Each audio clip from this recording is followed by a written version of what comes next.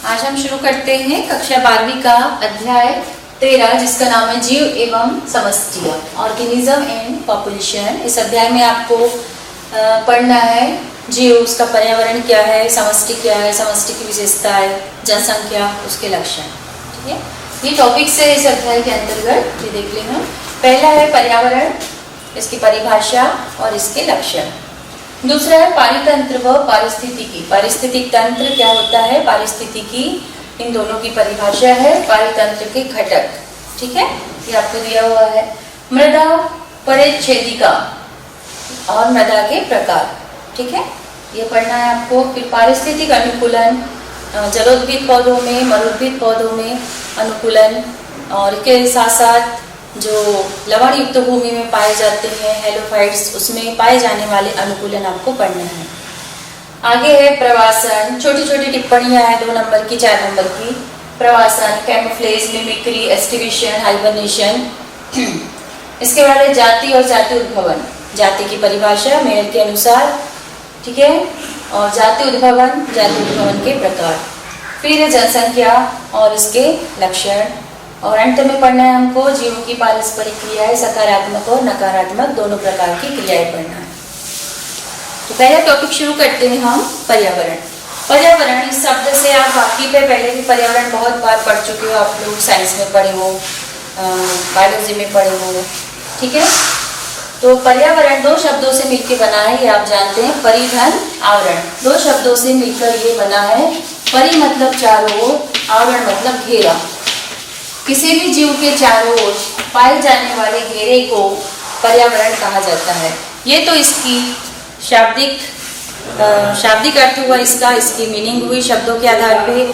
और भी हम परिभाषा दे सकते हैं इसकी, भौतिक व जैविक तत्वों का अविभाज्य समूह। भौतिक और जैविक तत्वों से मिलकर बना हुआ अविभाज्य समूह पर्यावरण कहलाता है। इसमें भौतिक तत्व भी आ जाते हैं और जैविक तत्व भी आ जाते हैं। भौतिक तत्व मतलब निर्जीव तत्व, मतलब जलवायु हो गया, तापमान हो गया, दाब हो गया, ये भौतिक तत्व कहलाते हैं। जैविक तत्व मतलब पेड़ पौधे हो गया, जीव जंतु हो गया, ये जैविक तत्व कहलाते हैं। तो पेड़ पौधे, जीव जंतु आदि से मिलकर बनता है पर्यावरण। तो हम इसकी परिभाषा, स्टैंडर्ड परिभाषा हम देंगे, जैविक व भौतिक कारकों से मिलकर बना हुआ अविभाज्य समूह पर्यावरण कहलाता है, ठीक है। इसको इंग्लिश में एनवायरनमेंट कहा जाता है। तो ये हो गया पर्यावरण और इसकी परिभाषा। अब हम इसके लक्षण पढ़ लेते हैं। पर्यावरण के कभी लक्षण आपको पूछ सकता है, 3-4 लक्षण देख लेते हैं हम इसके। पहला लक्षण हम देखते हैं कि पर्यावरण परिवर्तनशील होता है, ठीक। पर्यावरण परिवर्तनशील कैसे हो सकता है? जीव कभी भी स्थिर नहीं रहता, चाहे वो पौधा हो, जंतु हो, मनुष्य हो, या जो प्राकृतिक परिस्थितियां है वो कभी स्थिर नहीं रहती, उसमें बदलाव होते रहता है। इसलिए हम कह सकते हैं कि पर्यावरण परिवर्तनशील होता है। दूसरा लक्षण देख ले हम, पार्थिव एकता।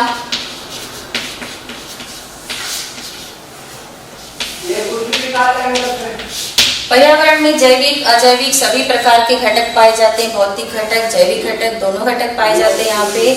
तो इन घटकों में पारस्परिक क्रियाएं होती रहती है और ये समन्वित तरीके से पर्यावरण का संचालन करते रहते हैं। जैविक और अजैविक घटकों में एक सामंजस्य स्थापित होता है। इस कारण हम कह सकते हैं कि पर्यावरण में पार्थिव एकता पाई जाती है सभी घटकों के बीच। सजीव के बीच में हो सकती है, निर्जीव घटकों के बीच में हो सकती है, या सजीव निर्जीव घटकों के बीच में हो सकती है। तीसरा हम देख ले इसका लक्षण कि ये स्वयं संचालित कार्य प्रणाली है।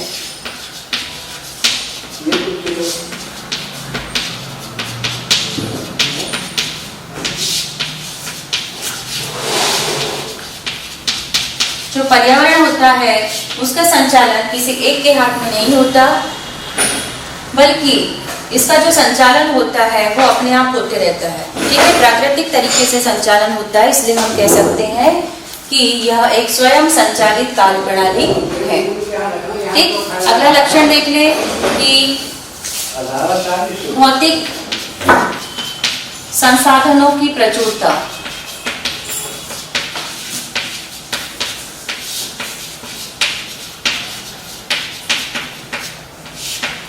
पर्यावरण में भौतिक संसाधन प्रचुर मात्रा में पाए जाते हैं जिसका उपयोग सभी जैविक घटक कर सकते हैं। तो ये हमारा पहला टॉपिक हो गया यहाँ पे पर्यावरण और पर्यावरण के लक्षण।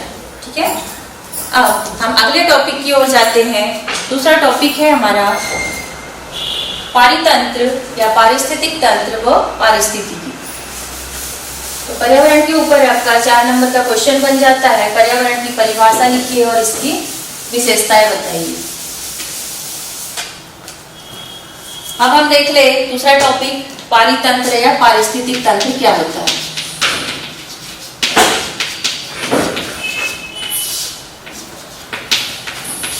एक ही चीज है दोनों, पारिस्थितिक तंत्र और पारितंत्र।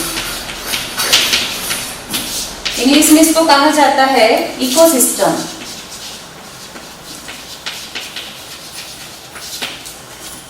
तो हम पहले इसकी परिभाषा देख लेते हैं पारिस्थितिक तंत्र की। पर्यावरण के जैविक और अजैविक घटकों से मिलकर बना तंत्र पारिस्थितिक तंत्र कहलाता है। जैविक घटक मतलब होते हैं सजीव घटक और अजैविक घटक मतलब होते हैं निर्जीव घटक। तो पर्यावरण के जैविक और अजैविक घटकों से मिलकर बना हुआ तंत्र पारिस्थितिक तंत्र कहलाता है। ठीक है, तो ये हो गई इसकी परिभाषा। और हम देख लेते हैं पारितंत्र के घटक कौन कौन से होते हैं और उनको क्या क्या नाम दिया गया है। ठीक है, एक और परिभाषा दे सकते हैं, पर्यावरण के विभिन्न घटकों की अंतर क्रियाओं के फलस्वरूप निर्मित तंत्र को पारिस्थितिक तंत्र कहते हैं। ठीक है, पर्यावरण के विभिन्न घटकों, हम यहाँ जैविक और अजैविक घटक नहीं कहेंगे, सिर्फ कहेंगे पर्यावरण के विभिन्न घटकों की अंतर क्रियाओं या पारस्परिक क्रियाओं से मिलकर बना तंत्र पारिस्थितिक तंत्र कहलाता है। अब हम देख ले पारिस्थितिक तंत्र के घटक।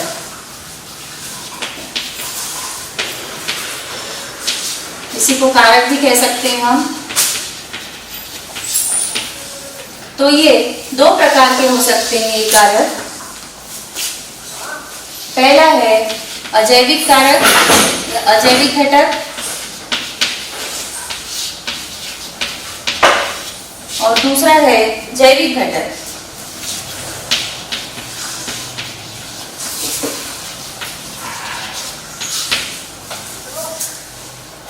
पर्यावरण में पाए जाने वाले अथवा पारिस्थितिक तंत्र में पाए जाने वाले अजैविक घटक, इसमें जीवन नहीं पाया जाता, ये निर्जीव घटक होते हैं। तो इसके प्रकार देख ले, अजैविक घटक या जो भौतिक घटक भी इसको कह सकते हैं हम, भौतिक घटक भी नाम दिया हुआ है इसका, भौतिक घटक या भौतिक कारक। ये कौन कौन से हैं ये हम देख लेते हैं। 3 प्रकार के होते हैं ये भौतिक घटक। पहला है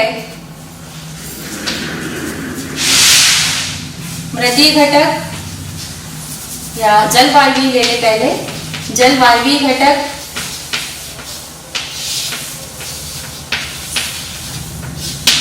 दूसरा धरातलीय घटक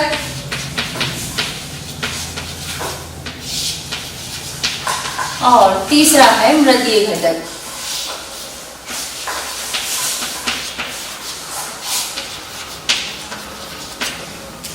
जलवायु घटक, जलवायु संबंधी घटक इसके अंतर्गत आ जाते हैं। एग्जाम्पल देख लेते हैं इसका। इसके अंतर्गत क्या क्या आ सकते हैं? इसके अंतर्गत आ जाते हैं तापमान, दाब, वर्षा,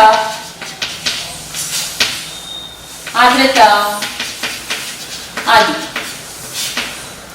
जलवायु घटक के अंतर्गत आते हैं, जो हमारे पर्यावरण के जैविक घटकों को किसी न किसी रूप में प्रभावित करते रहते हैं। धरातली घटक इसमें आ जाता है। इसमें देख ले हम सतह, पहाड़, ऊंचाई आदि। ये घटक भी जीवों को किसी न किसी रूप में प्रभावित करते रहते हैं। तीसरा हम मृदीय घटक देख ले। मृदीय घटक में आ जाएंगे इसके अंतर्गत मृदा वायु, मृदा ताप, मृदा जल आदि।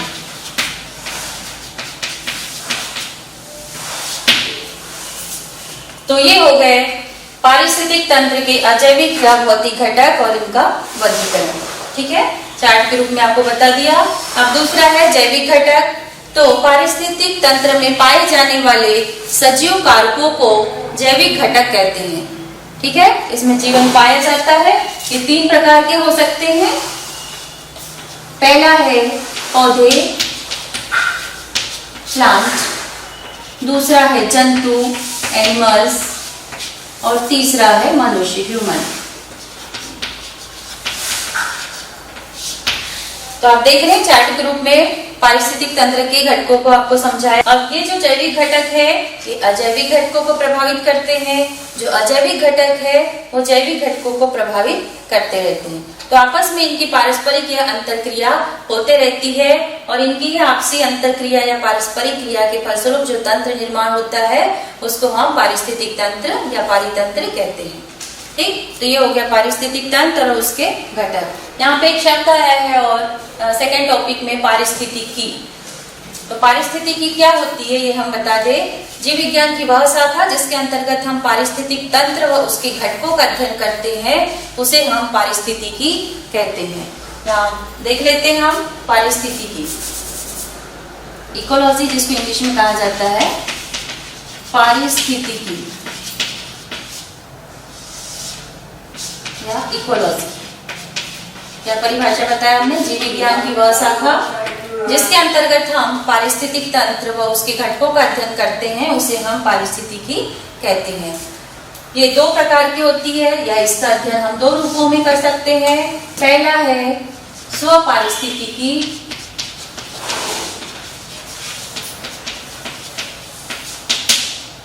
आउटडोर इकोलॉजी, और दूसरा है सम पारिस्थितिकी,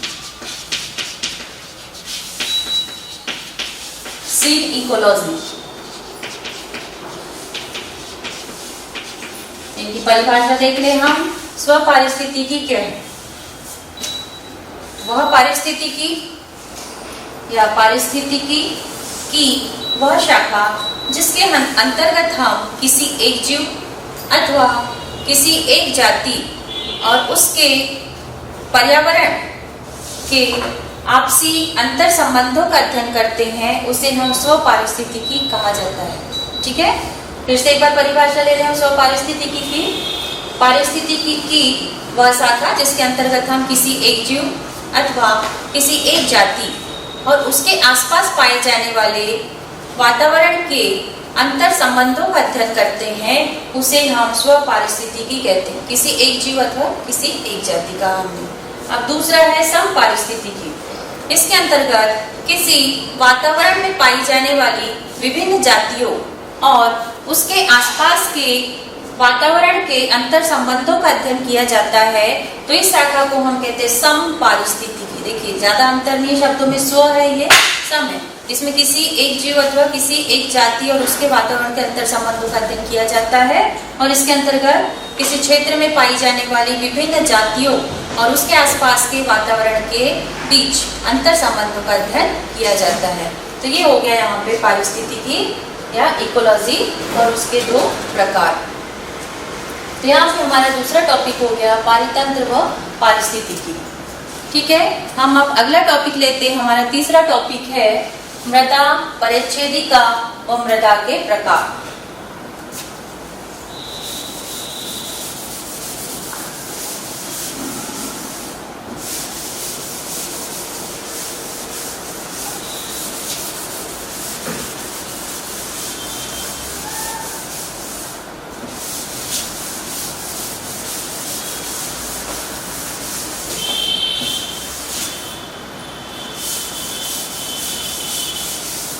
मृदा परिच्छेदिका।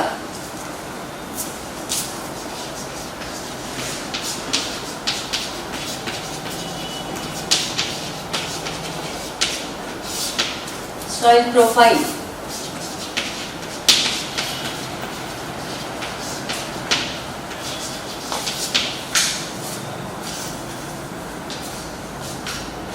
जिस प्रकार हम किसी तने को काटते हैं, जड़ को काटते हैं, इसके अनुप्रस्थ काट कैसे काटते हैं, ऐसा आड़ा काटते हैं ब्लेड की सहायता से, है ना। लेकिन हम उसी काट को आड़ा काटे, ऐसा खड़ा काटे, तो उसको हम क्या बोलेंगे, ऊर्ध्वकाट। ठीक है, उसी प्रकार से हम मृदा की भी ऊर्ध्वकाट काट सकते हैं और मृदा के विभिन्न स्तरों को देख सकते हैं।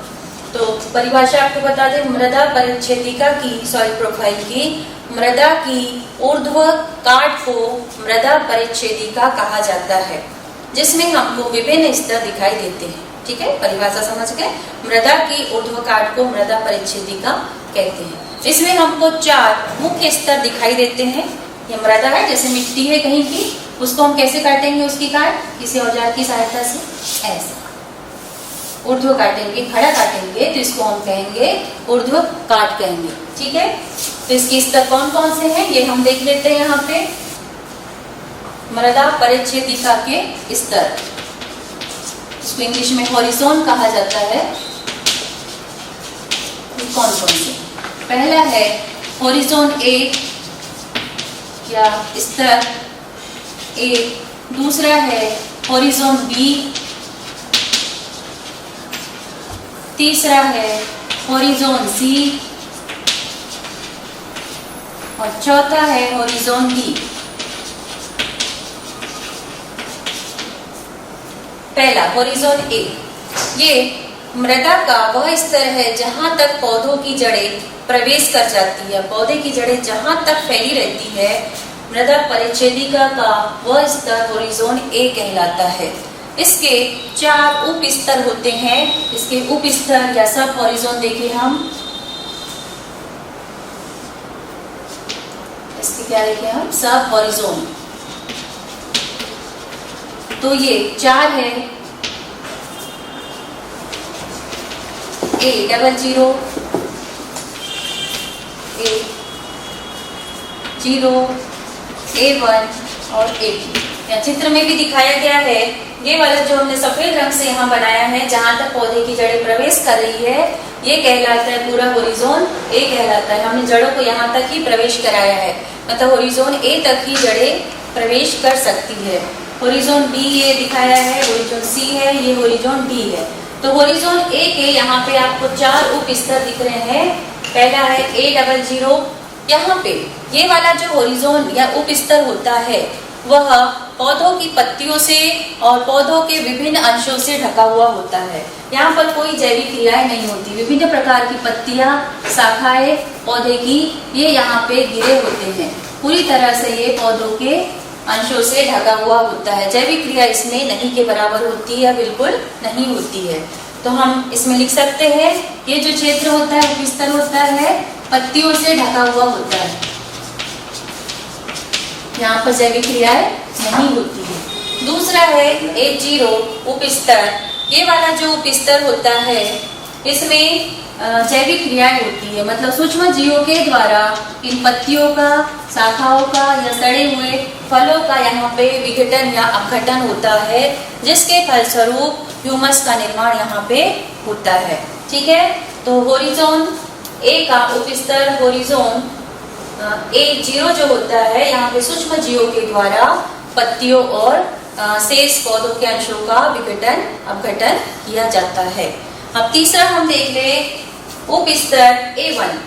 A1 एक ऐसा उपस्तर है जिसकी मृदा अत्यंत गहरे रंग की होती है। यहाँ की जो मृदा होगी अत्यंत गहरे रंग की होगी, क्योंकि यहाँ पर ये जो क्षेत्र होता है यह ह्यूमस से भरपूर होता है।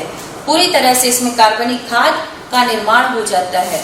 ठीक है, तो यहाँ हम लिख सकते हैं, यहाँ पे जैविक क्रिया होती है A0 में, जैविक अपघटन होता है A0 में। और A1 में क्या हो जाएगा, A1 ह्यूमस से भरपूर होता है, ह्यूमस से भरपूर व गहरे रंग का।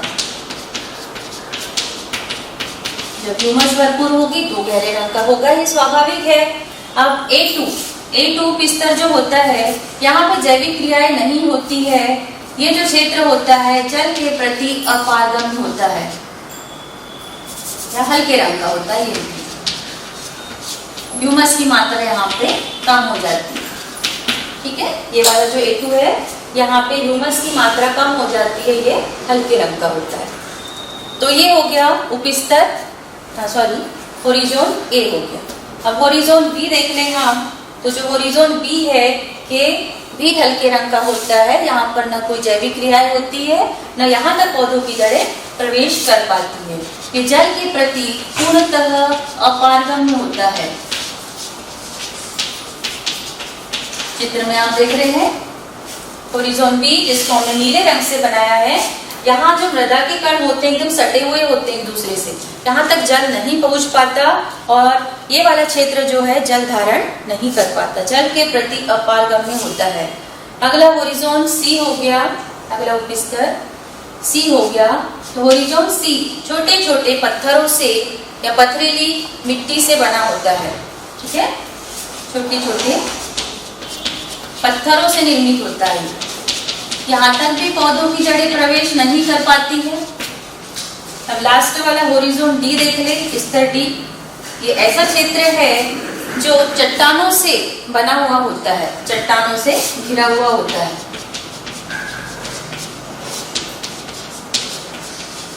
तो बड़ी बड़ी चट्टानें होती है, भूमि के अंदर बहुत सारी चट्टानें पाई जाती है, भूमि के अत्यधिक गहराई में उन चट्टानों से निर्मित यह क्षेत्र है। तो इस तरह मृदा परिच्छेदिका मतलब भूमि की जो ऊर्ध्व काट है उसमें 4 होरिजोन या 4 स्तर दिखाई देते हैं, ए बी सी डी, जिसमें से होरिजोन ए यहीं तक ही पौधे की जड़ें प्रवेश कर जाती है, बाकी क्षेत्रों में प्रवेश नहीं कर पाती है।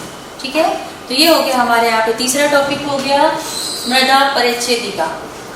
अब हम देख लेते हैं, आपको ये क्वेश्चन पूछा जाता है पूरा 5 नंबर का, मृदा परिच्छेदिका किसे कहते हैं, इसके विभिन्न स्तरों को चित्र द्वारा समझाइए। तो आपको इस प्रकार का चित्र बनाना है और उसमें पूरे स्तरों को समझाना है। अब हम देख लेते हैं मृदा के प्रकार, मृदा कितने प्रकार की होती है और पौधों के लिए कौन सी मृदा उपयुक्त होती है।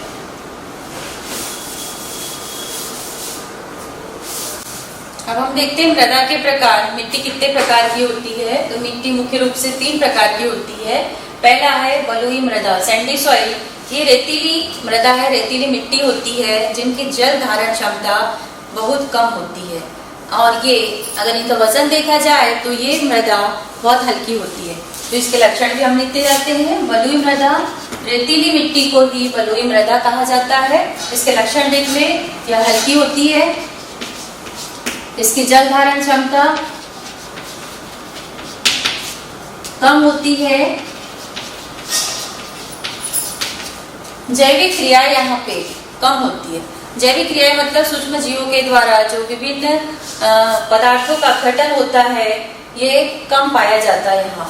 तो जैविक क्रिया यहाँ पे केंचुए के द्वारा जो जैविक क्रियाएं होती है वो कम होती है। केंचुए द्वारा लिख देते हैं, केंचुए द्वारा जैविक क्रियाएं कम पाई जाती है। और ये जो मृदा है इनके बीच में वायु कोश बड़े आकार के पाए जाते हैं, हवा भरी होती है इस प्रकार की मिट्टी के बीच में। तो इनमें जो वायु कोश होते हैं मृदा के बीच में वो बड़े आकार के होते हैं। अब देख ले हम पौधों के लिए उपयुक्त होती है कि अनुपयुक्त होती है। तो ये वाली जो मिट्टी होती है वो पौधों के लिए पूर्णतः अनुपयुक्त होती है, मतलब पौधे इसमें वृद्धि नहीं कर पाते, पौधों के लिए अनुपयुक्त।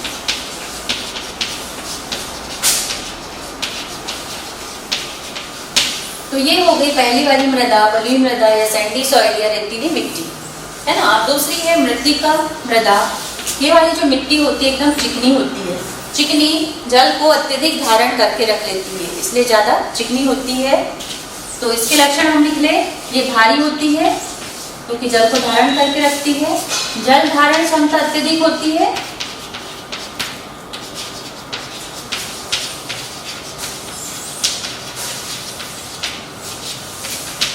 और लक्षण देख ले इसके हम कि इसके वायु कोश कैसे होते हैं। इसमें पाए जाने वाले वायु कोश अत्यंत छोटे आकार के होते हैं, वायु के लिए कोई स्थान नहीं बचता इसमें, वायु कोश छोटे।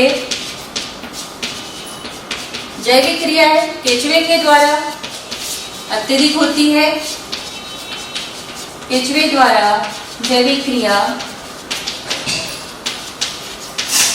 अधिक, और पौधों के लिए देखने की उपयुक्त होती कि अनुपयुक्त, तो ये पौधे के लिए अनुपयुक्त ही होती, कोई काम की नहीं होती है।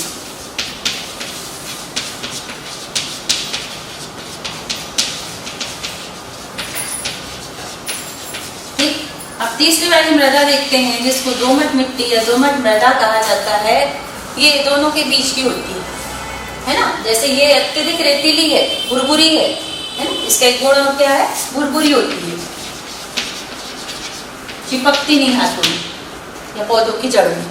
तो ये भुरभुरी होती है और ये जो होती है एकदम चिकनी होती है। तो दोनों के बीच की होती है दोमट मृदा या लोम मिट्टी होती है ना। तो इसके भी लक्षण लिख ले। जल धारण क्षमता जो होती है, क्या लिखेंगे हम इसको, औसत या मध्यम लिख देंगे। औसत मतलब दोनों के बीच की होती है। जैविक क्रिया है केचुए के द्वारा, ये भी औसत होती है। वायुकोश जो होते हैं इसमें, मिट्टी के कणों के बीच के वायुकोश, ये मध्यम आकार के होते हैं। और ये वाली जो मृदा होती है वो पौधों के लिए सर्वाधिक उपयुक्त होती है ना। तो हम मुख्य लक्षण इसका क्या लिखेंगे, पौधों के लिए उपयुक्त।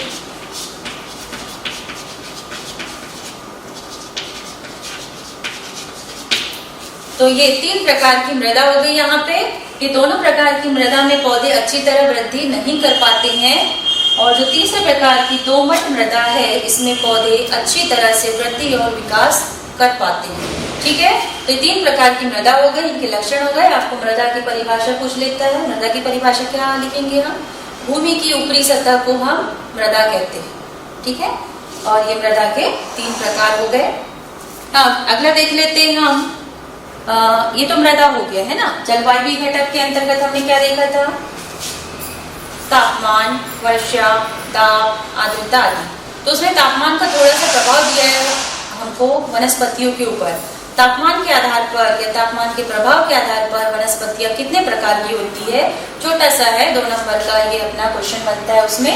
तो ये देख लेते हैं हम।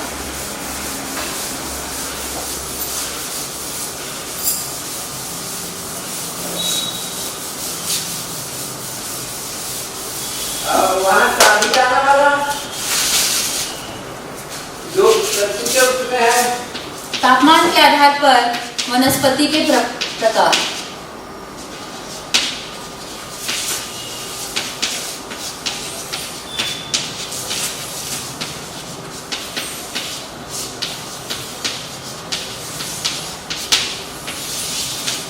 तापमान की दशाओं के आधार पर वनस्पतियां 3 प्रकार की हो सकती है। इनको नाम दिया गया है। पहला मेगाथर्म, दूसरी है मीजोथर्म और तीसरी है माइक्रोथर्म।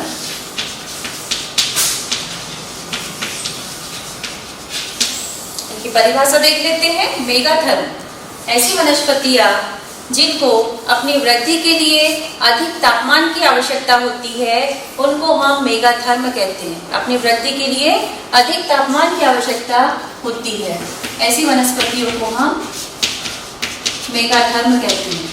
ठीक, इसका एग्जाम्पल हम दे दें। उष्णकटिबंधीय वर्षावन जो होते हैं उसके अंतर्गत आने वाले पेड़ पौधे मेगाथर्म वनस्पतियां के अंतर्गत आते हैं। एग्जाम्पल हम दे देते हैं। उष्णकटिबंधीय वर्षावन,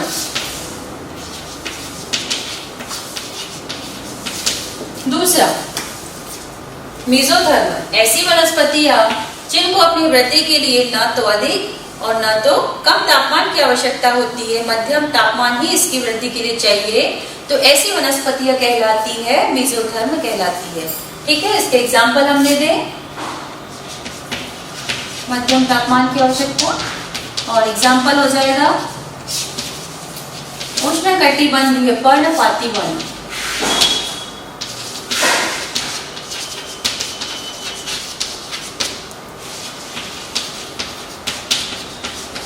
तीसरा माइक्रोथर्म ऐसी वनस्पतियां जिनको अपनी वृद्धि के लिए कम तापमान की आवश्यकता होती है या कम तीव्रता वाला सूर्य का प्रकाश इनको चाहिए, तो ऐसी वनस्पतियां माइक्रोथर्म कहलाती है।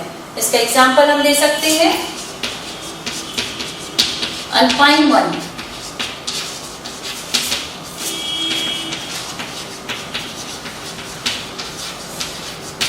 ठीक, तो वनस्पतियों के आधार पर, तापमान के आधार पर वनस्पतियों के 3 प्रकार हो गए। ठीक, इसको तैयार कर लेंगे आप लोग। अगला हम देख लेते हैं, छोटा सा एक टॉपिक है, चिलिंग चोट क्या होती है, तापीय चोट क्या होती है, ये देख ले यहीं पे हम।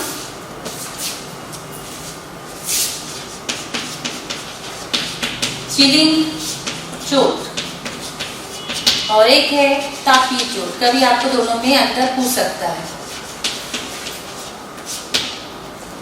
चिलिंग इंजूरी इसको इंग्लिश में बोलेंगे, और ये है हीट इंजूरी। ये दोनों क्या होती है? ऐसे पौधे जो अधिक तापमान वाली दशाओं में उगते हैं, ऐसे पौधे को जब कम तापमान से अनावृत किया जाता है तो ये पौधे मुरझा जाते हैं और इनकी वृद्धि और विकास संबंधी प्रक्रियाएं धीरे धीरे रुक जाती है। तो इस अवस्था को चिलिंग चोट कहा जाता है। चिलिंग का मतलब होता है यहाँ पे ठंडा। जब गर्म प्रदेशों में पाई जाने वाली वनस्पतियों को ठंडे तापमान से उपचारित किया जाता है, या तो प्राकृतिक रूप से किया जाता है या तो फिर वो कृत्रिम तरीके से किया जाता है, तो उस समय पौधे मुरझा जाते हैं और उनकी वृद्धि रुक जाती है। तो इस प्रक्रिया को चिलिंग चोट कहा जाता है। दूसरा है उसी की तरह तापीय चोट। ऐसे पौधे या ऐसी वनस्पतियां जो कम तापमान वाली दशाओं में पाई जाती है या उगती है, तो इनको जब अधिक तापमान दिया जाता है तो वे पौधे मुरझा के नष्ट हो जाते हैं। तो ये प्रक्रिया कहलाती तापीय चोट। चिलिंग मतलब ठंड के कारण पौधों का मरना या नष्ट होना चिलिंग चोट कहलाता है, और अधिक तापमान के कारण पौधों का नष्ट हो जाना तापीय चोट कहलाता है। दोनों एक दूसरे के विपरीत है। ठीक है, ये चिलिंग चोट, तापीय चोट, छोटे छोटे क्वेश्चन एक नंबर के। अब अगला देख लेते हैं हम टॉपिक इसका, पारिस्थितिक अनुकूलन।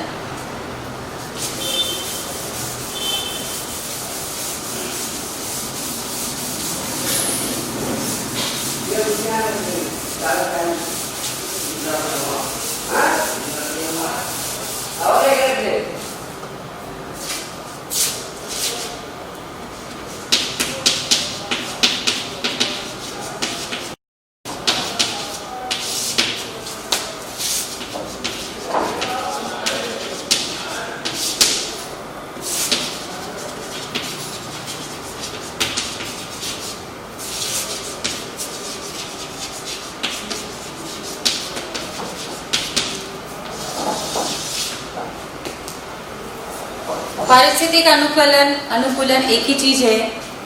जब कोई पौधे अपने शारीरिक और कार्यकी लक्षणों को वातावरण की दशाओं के अनुसार परिवर्तित कर लेते हैं, तो ये गुण कहलाता है पारिस्थितिक अनुकूलन कहलाता है। ठीक है, परिस्थितियों के अनुसार अपने आप को ढालना ही पारिस्थितिक अनुकूलन कहलाता है। तो हमको पारिस्थितिक अनुकूलन मरुद्भिद पौधों में भी पढ़ना है और जलोद्भिद पौधों में भी पढ़ना है। ठीक, तो पहले हम पढ़ लेते हैं जलोद्भिद पौधों में पाए जाने वाले पारिस्थितिक अनुकूलन।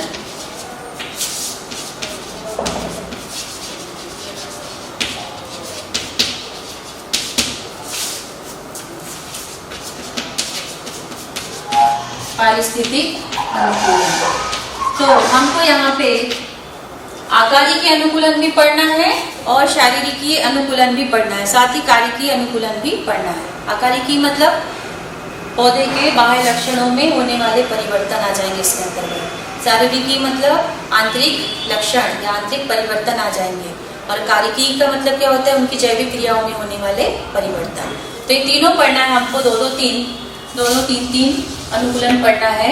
जैसे हम यहाँ पे पहले पढ़ लेते हैं जलोद्भिद पौधों में पाए जाने वाले आकारिकी अनुकूलन।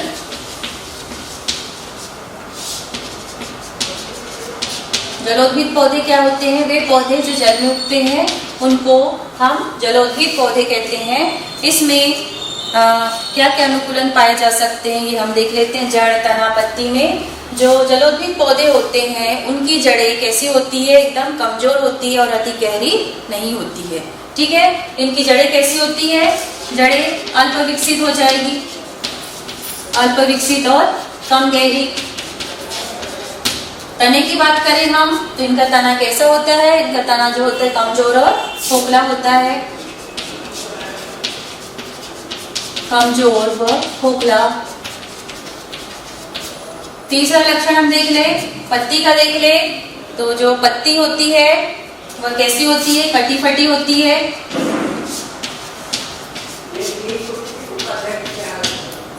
और भी लक्षण देख लेते हैं। जो जड़ होती है, जड़ में मूलरोम नहीं पाए जाते, है ना? जड़ में ही देख लेते हैं, जड़ में मूलरोम अनुपस्थित होते हैं।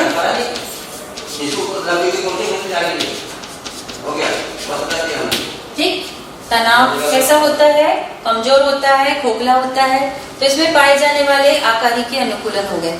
अब देख लेते हैं इसमें पाए जाने वाले शारीरिक अनुकूलन। 2-3 अनुकूलन देख लिए हैं, देख लेते हैं। शारीरिक अनुकूलन मतलब आंतरिक अनुकूलन इसमें देख लेते हैं। तो इसमें जो होता है क्यूटिकल, एक सुरक्षात्मक परत होती है जो पत्तियों के ऊपर भी पाई जाती है, तने के ऊपर भी पाई जाती है, लेकिन जलीय पौधों में ये नहीं पाई जाती है। तो इसका पहला अनुकूलन हो जाएगा क्यूटिकल। क्यूटिकल की पत्ती व तनों में अनुपस्थिति। अगला हो जाएगा इसका संवहन ऊतक। इसमें विकसित नहीं होते हैं क्योंकि ये खुद ही जल में पाए जाते हैं, तो जल के संवहन की तो इनका आवश्यकता पड़ती नहीं है। तो संवहन ऊतक नहीं पाए जाते। ठीक है, तो ये है इसके शारीरिक अनुकूलन। अब इसके जैविक अनुकूलन देख ले हम, कारिकी अनुकूलन।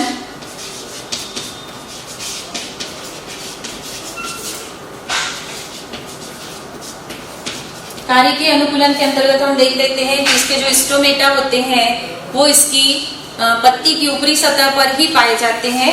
स्टोमेटा या रंध्र पत्ती की ऊपरी सतह पर पाए जाते हैं। ठीक। और ये जो पौधों की पत्तियां होती है और तने होते हैं, एक प्रकार का लसलसा पदार्थ स्रावित करती है। तो ये हो गए इसके कारिकी अनुकूलन। तो इम्पोर्टेंट क्वेश्चन है ये, जलोद्भिद पौधों में पाए जाने वाले कारिकी अनुकूलन को लिखिए, शारीरिक अनुकूलन को लिखिए या फिर आकारिकी अनुकूलन को लिखिए। ठीक है, अब हम पढ़ते हैं मरुद्भिद पौधे इसके बाद। ठीक है, नोट कर सकते हैं आप लोग। रंध्र पत्ती की ऊपरी सतह पर पाए जाते हैं। और क्या लिख सकते हैं? वाष्पोत्सर्जन की दर कैसी होती है? अत्यधिक होती है इसमें। अब हम पढ़ते हैं इसके आगे मरुद्भिद पौधे, ऐसे पौधे जो ऐसी भूमि में पाए जाते हैं जहां पर जल की कमी होती है, ऐसे पौधों को हम मरुद्भिद पौधे कहते हैं। ठीक है, तो हम अब पढ़ते हैं मरुद्भिद पौधों में पाए जाने वाले अनुकूलन। ये हो गया जलोद्भिद में पाए जाने वाले अनुकूलन।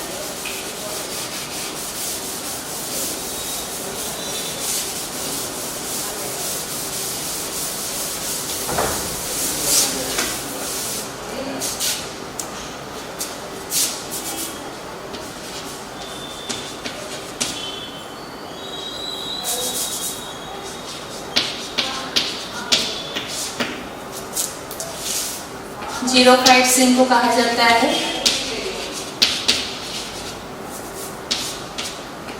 ठीक, परिभाषा आपको बता दी। वे पौधे जो जल की कमी वाले स्थानों में पाए जाते हैं उनको मरुद्भिद पौधे कहते हैं। इसके हम लक्षण देख ले। आकारिकी लक्षण आकारिकी अनुकूलन में आ जाएगा। आपको पता ही मरुद्भिद पौधों में, जैसे आप नागफनी को ले लीजिए एग्जाम्पल के रूप में, उसके लक्षण आप लिख सकते हैं। ये जो पौधे होते हैं इनकी जड़ें गहरी होती है।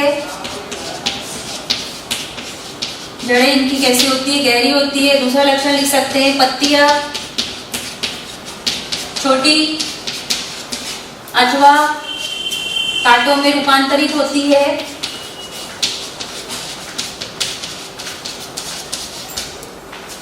पत्तियों का हो गया। तना कैसा होता है इनका? तना पत्तियों में रूपांतरित हो जाता है।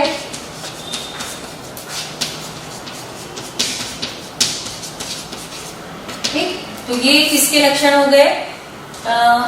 मरोद्भिक पौधों के आकारिकी लक्षण। इसमें जो मूल रोम होते हैं अत्यधिक होते हैं, जड़ों में मूल रोम अत्यधिक संख्या में पाए जाते हैं क्योंकि इनको पानी की आवश्यकता होती है और पानी की तलाश में मूल रोम अंदर तक जाते हैं। इसके हम देख ले आप शारीरिक लक्षण।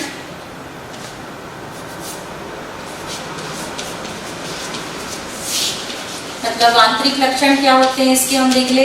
जो एपिडर्मिस होती है वो एक स्तरीय होती है इसमें, ठीक है। एपिडर्मिस एक स्तरीय, संवहन ऊतक अत्यधिक विकसित होते हैं।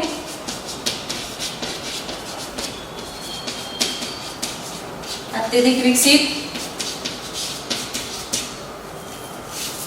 जो स्ट्रोमेटा होते हैं वो धसे हुए होते हैं, रंध्र इसके जो होते हैं वो धसे हुए होते हैं, पत्तियों में धसे हुए। ये हो गए इसके शारीरिक लक्षण। अब हम देख लेते हैं जैविक लक्षण, या जिसको हम कहते हैं कार्यकीय लक्षण। कार्यकीय लक्षण एक दो देख लेते हैं। जैसे इसमें वाष्पोत्सर्जन की दर अत्यधिक होती है, ठीक है, वाष्पोत्सर्जन की दर अधिक होती है।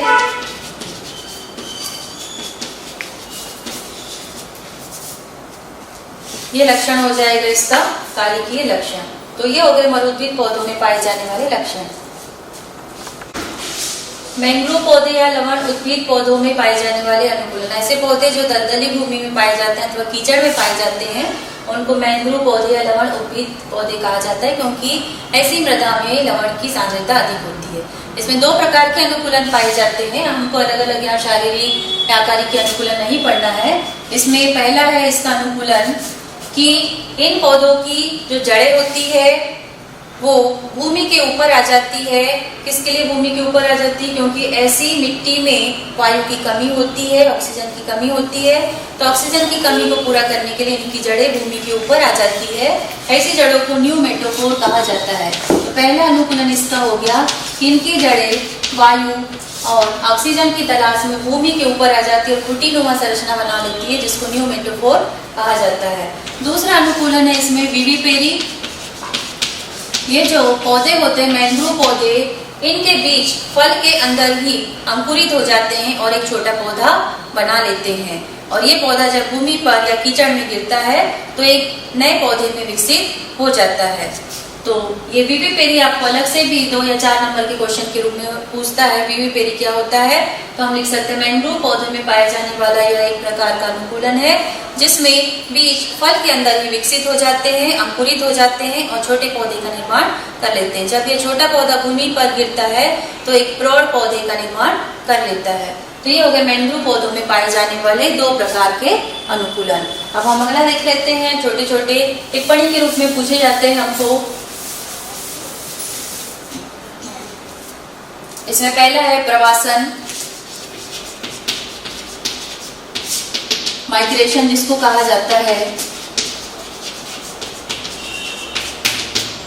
माइग्रेशन वह क्रिया है जिसमें किसी क्षेत्र की जनसंख्या अस्थायी रूप से कुछ समय के लिए अन्य क्षेत्र में निवास करने लगती है। यह भौतिक कारकों के प्रभाव के कारण हो सकता है, जलवायु कारकों के प्रभाव के कारण हो सकता है। जैसे कहीं पे बाढ़ आती है तो वहाँ की जो जनता है, जनसंख्या है, वह दूसरे स्थान पे विस्थापित कर दी जाती है। तो यही क्रिया, यही घटना कहलाती है प्रवासन या माइग्रेशन कहलाती है। ठीक है। दूसरा है कैमोफ्लेज।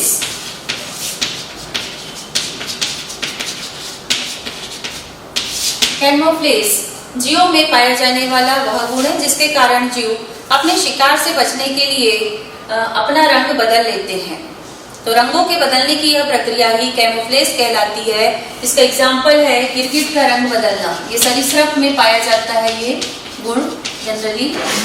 गिरगिट का रंग बदलना इसके अंतर्गत आ सकता है। शत्रुओं से बचने के लिए या शिकार से बचने के लिए जब कोई जीव अपना रंग बदल लेता है तो यह प्रक्रिया कैमोफ्लेज कहलाती है। अगला हम देख लें मिमिक्री। मिमिक्री का शाब्दिक अर्थ है हूबहू नकल करना।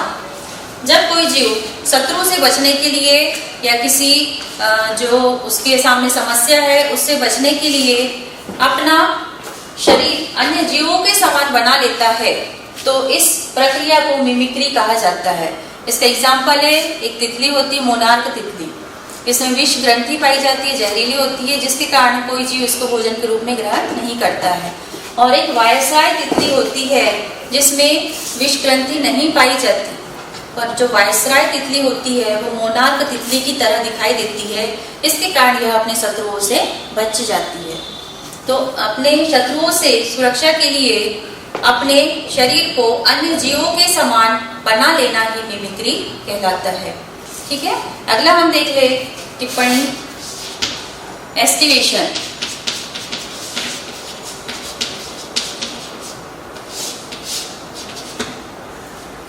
गर्मी से बचाव के लिए शरीर को निष्क्रिय कर देना एस्टिवेशन कहलाता है। ठीक है, जैसे जो रेगिस्तान की गिलहरियां होती है, रेगिस्तान में अत्यधिक गर्मी पड़ती है तो उस समय अपने शरीर की समस्त जैविक क्रियाओं को यह निष्क्रिय कर देती है, तो यह प्रक्रिया एस्टिवेशन कहलाती है। ठीक है, गर्मी से बचाव के लिए शरीर को निष्क्रिय कर देना एस्टिवेशन कहलाता है। एग्जाम्पल हम ले सकते हैं इसका, रेगिस्तानी गिलहरी।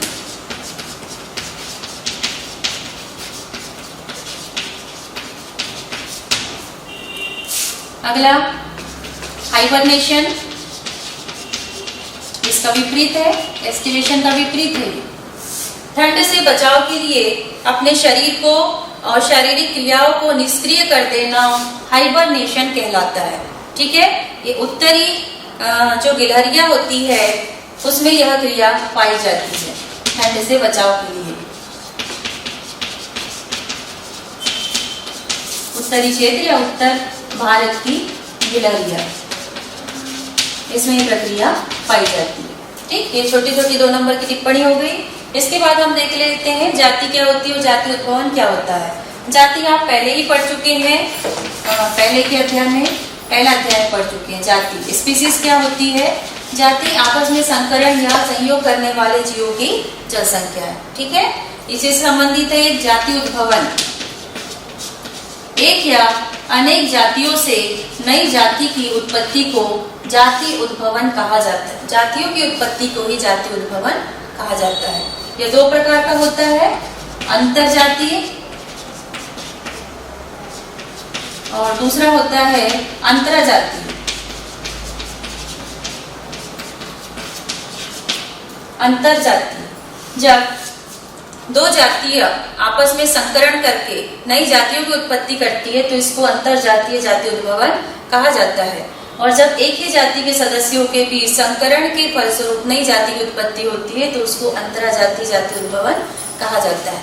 ये जाति उद्भवन हो गया और उसके 2 प्रकार हो गए। ये 4 नंबर में आपको जाति उद्भवन पूछ लेता है, 2 नंबर में आपको जाति की परिभाषा पूछ लेता है। और लास्ट टॉपिक हम पढ़ते हैं, 7वां टॉपिक हमारा जनसंख्या है, जिसका वर्णन मैंने आपको पढ़ाया था अध्याय 4 के अंतर्गत इसका मैंने आपको वर्णन पढ़ा दिया है, जनसंख्या और इसके लक्षण।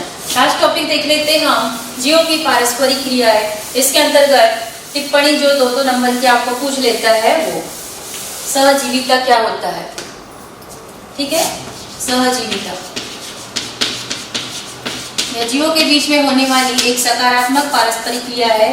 जब 2 जीव एक दूसरे को लाभ पहुंचाते हुए साथ साथ जीवन यापन करते हैं तो इसको सहजीविता कहा जाता है। सहजीविता 2 प्रकार की होती है, पहला है सहभोजिता, सहोपकारिता पहला, और दूसरा है सहभोजिता। सहोपकारिता वह प्रक्रिया है जिसमें 2 जीव एक साथ एक दूसरे को लाभ पहुंचाते हुए जीवन यापन करते हैं। दोनों जीवों को इसमें लाभ की प्राप्ति होती है। एग्जाम्पल में आप लिख सकते हैं लाइकेन, माइकोराइजा आदि। और दूसरा क्या है? सहभोजिता। यह सहजीविता का वह प्रकार है जिसमें 2 जीव एक साथ जीवन यापन करते हैं, लेकिन इसमें लाभ केवल एक जीव को ही प्राप्त होता है, दूसरे जीव को न तो इससे लाभ होता है न तो इससे हानि होती है। और एग्जाम्पल इसमें बता देते हैं, जैसे जो हर्मिट क्रेट एक केकड़ा होता है, इसके खोल के ऊपर एक सी एनिमोन सिलेंट्रेटा वर्ग का जीव प्रजनन करता है, इसके ऊपर स्थापित होकर के बीच का संबंध। तो इसमें सी एनिमोन को लाभ की प्राप्ति होती है, वह इस हर्मिट क्रेट की पीठ पर बैठकर एक जगह से दूसरी जगह पर जाता है, पर हर्मिट क्रेट को ना तो इससे लाभ होता है ना तो इससे हानि होती है। ठीक है, तो ये हो गया हमारा लास्ट टॉपिक भी हो गया, यहाँ पे ये अध्याय खत्म।